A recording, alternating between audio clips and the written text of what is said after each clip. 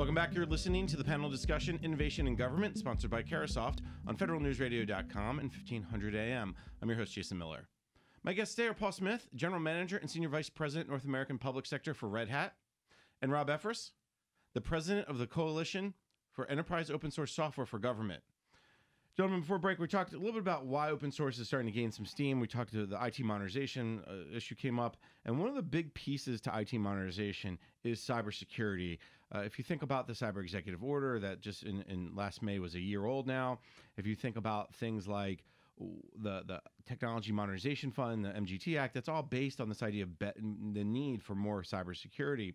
But there's always these concerns about open source and security. So maybe Paul, start off with this idea of why people shouldn't be so concerned anymore. Yes, for years we've had those conversations, especially back in the early days. Well, if this is open source, it certainly can't be secure. Everybody can see your source code. When in fact the opposite is really true, because with many eyeballs, if you will, looking at code, there are shallow bugs. It's an old saying in the industry. And the primary reason for that is there's as many good cops looking at your code as there are bad cops. And so criminals, maybe.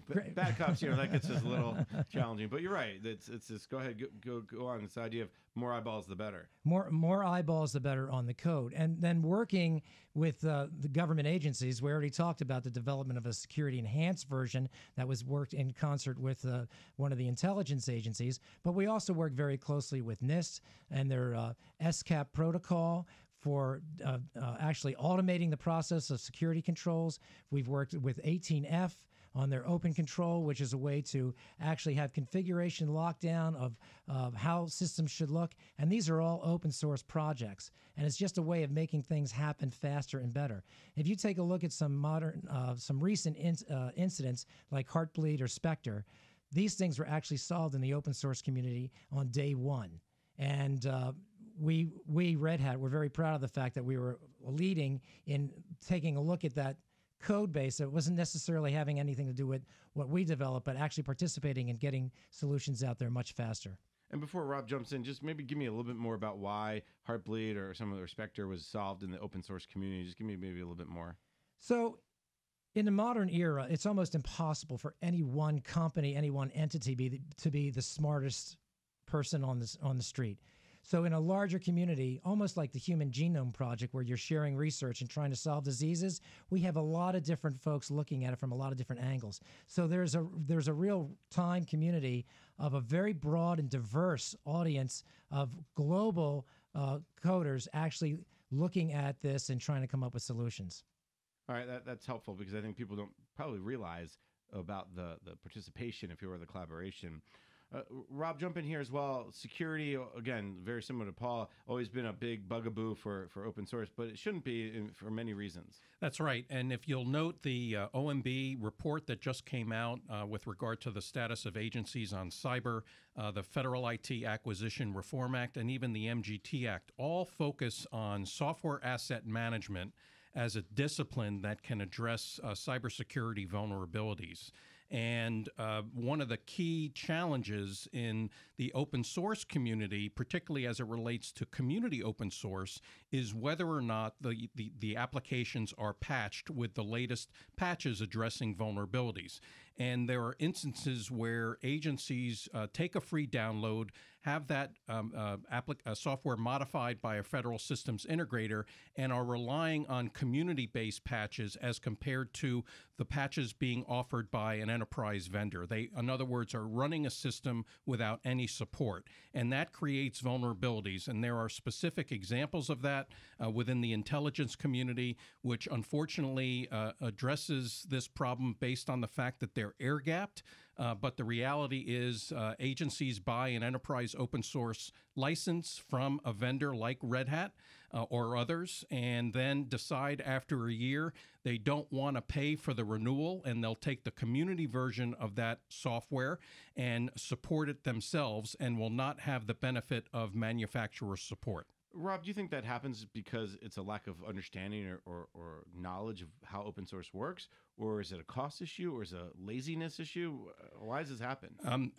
As a former federal official, I recognize that scarce budgets is a reality. I think the fact that community-based open source software can be downloaded relatively easy, and then without too much of a challenge, work with the contracting office to establish a task order for a systems integrator to modify that free open source. And the bottom line to your question, Jason, it's the easy button.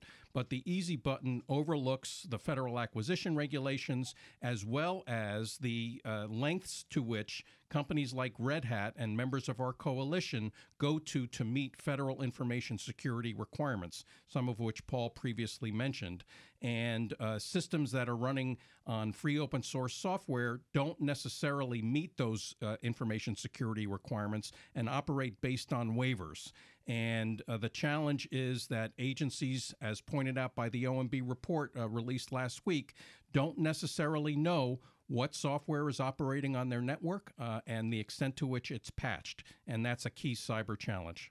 And I'll jump in on that for a second. So while that is all well and good, and we are a nation of law, so it's good to have rules, it's good to have standards for how we actually deploy systems and actually know what they're doing.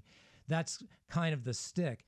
The carrot is that in reality, trying to be your own software company at an agency level as a unicorn actually is more expensive, because in the long haul, what we do is we play systems integrator to all of the components that make open source work, making it work in the cloud, making it work with a variety of providers, software, hardware, and APIs. And as I said before, the reason open source works is because no one entity, no one company can be smart enough to innovate or support.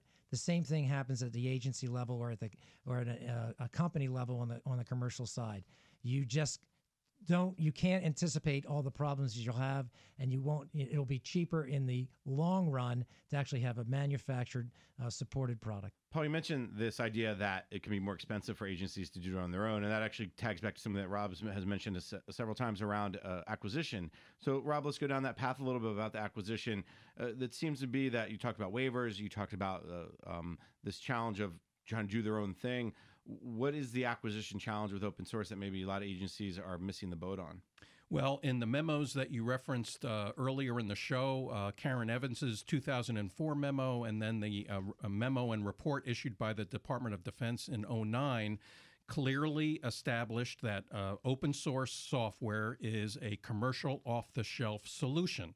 And as such, it is the use of it is governed by federal acquisition regulations.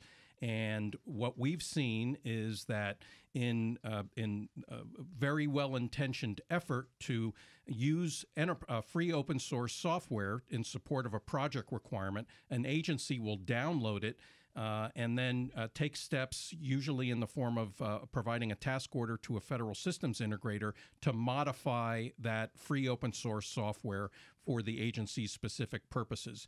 By downloading that software and tasking a systems integrator to modify it, that is a contracting action. And what typically is supposed to happen is that agency contracting officials need to look into the marketplace to see what COTS solutions already exist that don't require modification by a systems integrator first, and also consider the lifecycle costs and compare those costs between modifying the free open source versus buying a COTS solution. And that step, unfortunately, is more often than not being taken. And one of the reasons why our coalition was formed was to educate federal IT stakeholders in the executive branch, in OMB and GSA, as well as in the Congress, that the rules are on the books that require agency officials to treat open source downloads as a COTS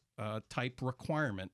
And the fact that our members of our coalition are not being given a fair opportunity to compete in those acquisitions, we believe is not in the best interest of the taxpayer. Paul, as you guys have talked to agencies and try to explain to them, hey, this will cost you more? Do they get it, or is there enough cost-benefit analysis is being done where you guys or the coalition can provide, hey, this, you may think this is only going to cost you $1, but it's really going to cost you $10? Well, I think where it started was open source. Even supported open source from Red Hat was a way to save money. In the beginning, it was a commoditization play. We'd go in and we actually would rip costs out of enterprises because they could now standardize on a particular operating system. So at the very front end of it, it was about saving money. So they would gladly come in and invest such that they could rip costs out of the infrastructure. As we've progressed, and now open source in the public marketplace is much more than just an operating system. It's automation software, it's cloud native storage, it's container management platforms, it's cloud management platforms, it's application development platforms. This is actually a more valuable play for our customers because it's where innovation is happening. And so while commoditization was important, the value prop of actually delivering new technologies faster is what the play is. And Rob, jump in a little bit, because the question that I'm sure you get a lot of times is, well, how do I know it's cheaper? It's the old discussion I think agencies have is, do I write my own contract, or do I use one from GSA or NASA or SOUP? And too often it's easier just to write my own because the cost benefit's not clear. How do you ensure that the stakeholders know that the clarity around this? Well, you have to look at the scope of the federal system integrator's contract, assuming there's a free download and an SI is hired to modify that software, and in support of some pre-established requirements, versus what's available from a COTS perspective. In addition, you have to consider what is it going to take to make that software compliant with the federal information security requirements like FIPS, like STIG, and others, so that it can operate safely on a federal network. And so that is the responsibility of the contracting community, contracting officers, and it's a necessary step, particularly in consideration of the cybersecurity risks of running unsupported software. Gentlemen, this has been a fascinating conversation. We're just about out of time. So before I let you go, I'm going to ask each of you maybe to offer some takeaways to our listeners based on this conversation.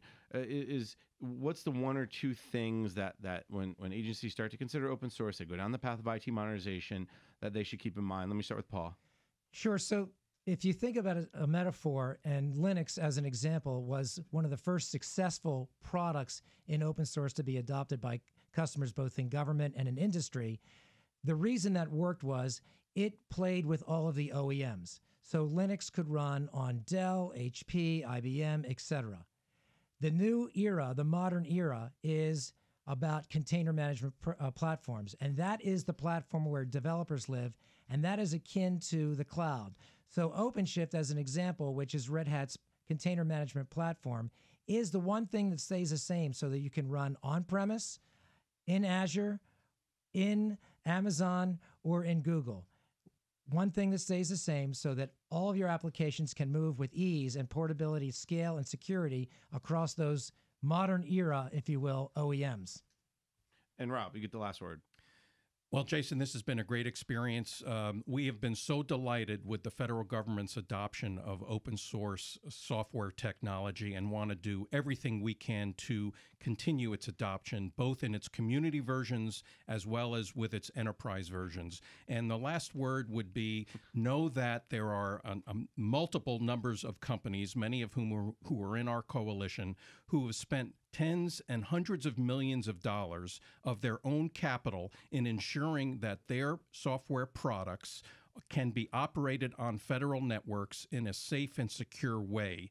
And before hitting that easy button and taking the free download and modifying it and becoming, as Paul said, your own software developer, consider what's available in the commercial marketplace, which is compliant out of the box.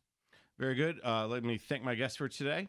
Paul Smith, General Manager and Senior Vice President, North America Public Sector for Red Hat. Paul, thank you so much. Thank you, Jason. Rob Efros, the President of the Coalition for Enterprise Open Source Software for Government. Rob, thank you. Pleasure, Jason. Thanks. You've been listening to the panel discussion, Innovation in Government, sponsored by Carahsoft on federalnewsradio.com and 1500 AM. I've been your host, Jason Miller. For more on this discussion, visit federalnewsradio.com and search innovation.